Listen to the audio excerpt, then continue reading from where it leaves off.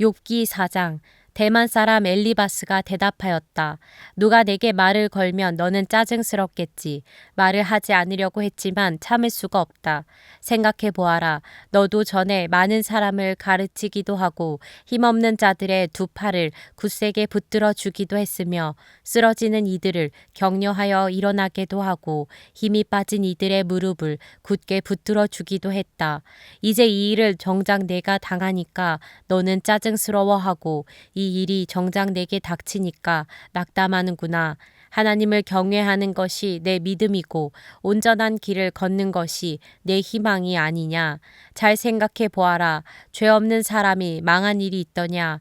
정직한 사람이 멸망한 일이 있더냐. 내가 본대로는 악을 갈아 재난을 뿌리는 자는 그대로 거두더라. 모두 하나님의 입김에 쓸려가고 그의 콧김에 날려갈 것들이다. 사자의 울부짖음도 잠잠해지고 사나운 사자의 울부짖음도 그치는 날이 있다. 힘센 사자도 이빨이 부러진다. 사자도 늙어서 먹이를 잡지 못하면 어미를 따르던 새끼 사자들이 뿔뿔이 흩어진다. 한 번은 조용한 가운데 어떤 소리가 들려오는데 너무도 조용하여 겨우 알아들었다. 그 소리가 악몽처럼 나를 괴롭혔다. 두려움과 떨림이 나를 엄습하여 뼈들이 막 흔들렸다.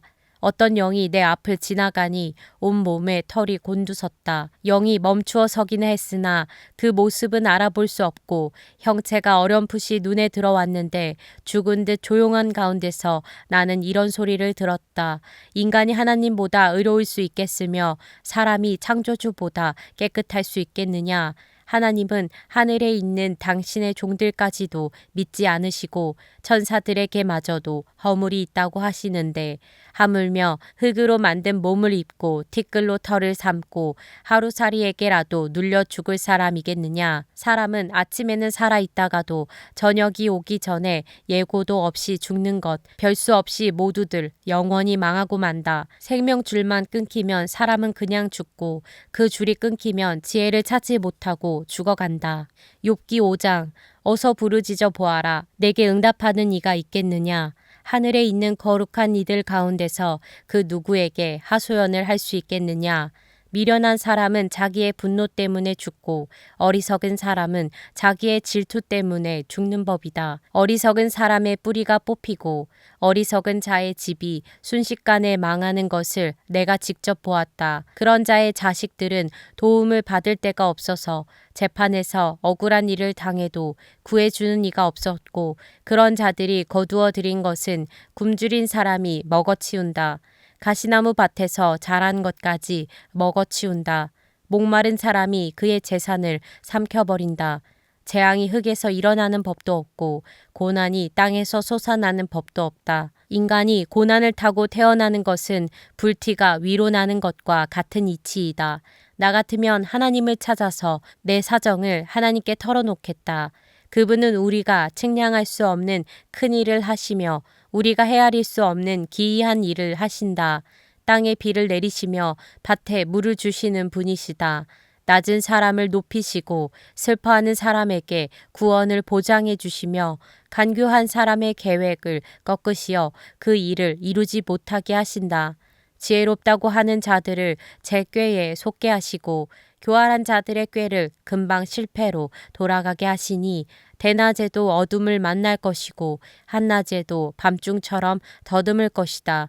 그러나 하나님은 가난한 사람들을 그들의 칼날 같은 입과 억센 소나기로부터 구출하신다.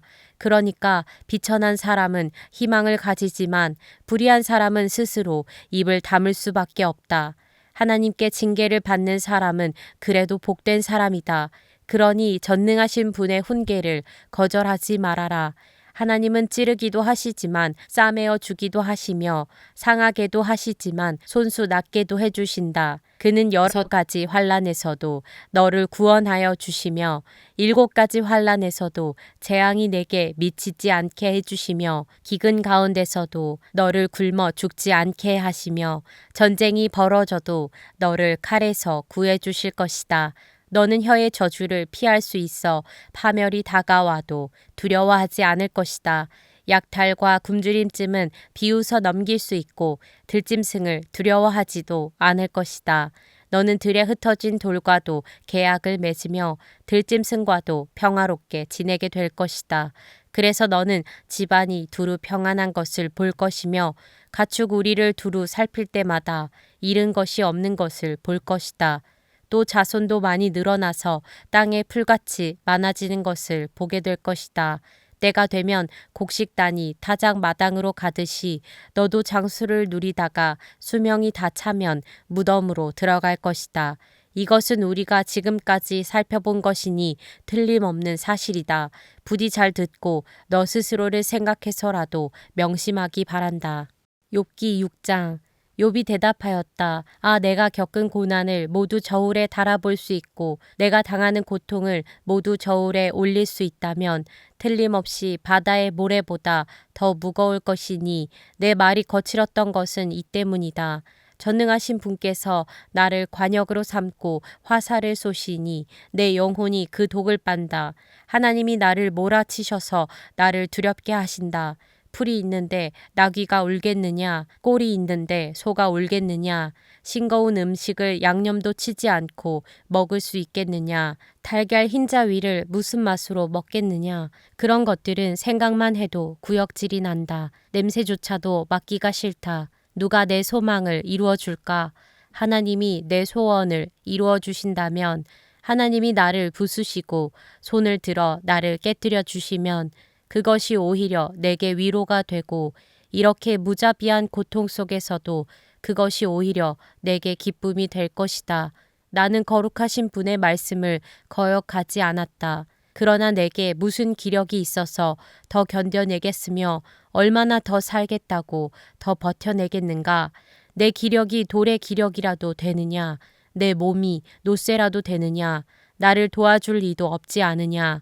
도움을 구하러 갈 곳도 없지 않으냐. 내가 전능하신 분을 경외하든 말든 내가 이러한 절망 속에서 허덕일 때야말로 친구가 필요한데 친구라는 것들은 물이 흐르다가도 마르고 말랐다가도 흐르는 개울처럼 미덥지 못하고 배신감만 느끼게 하는구나.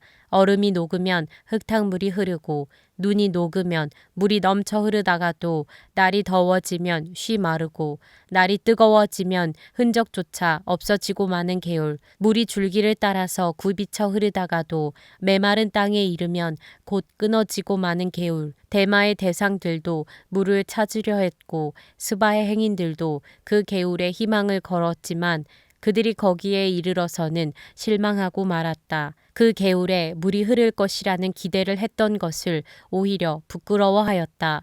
너희가 이 개울과 무엇이 다르냐?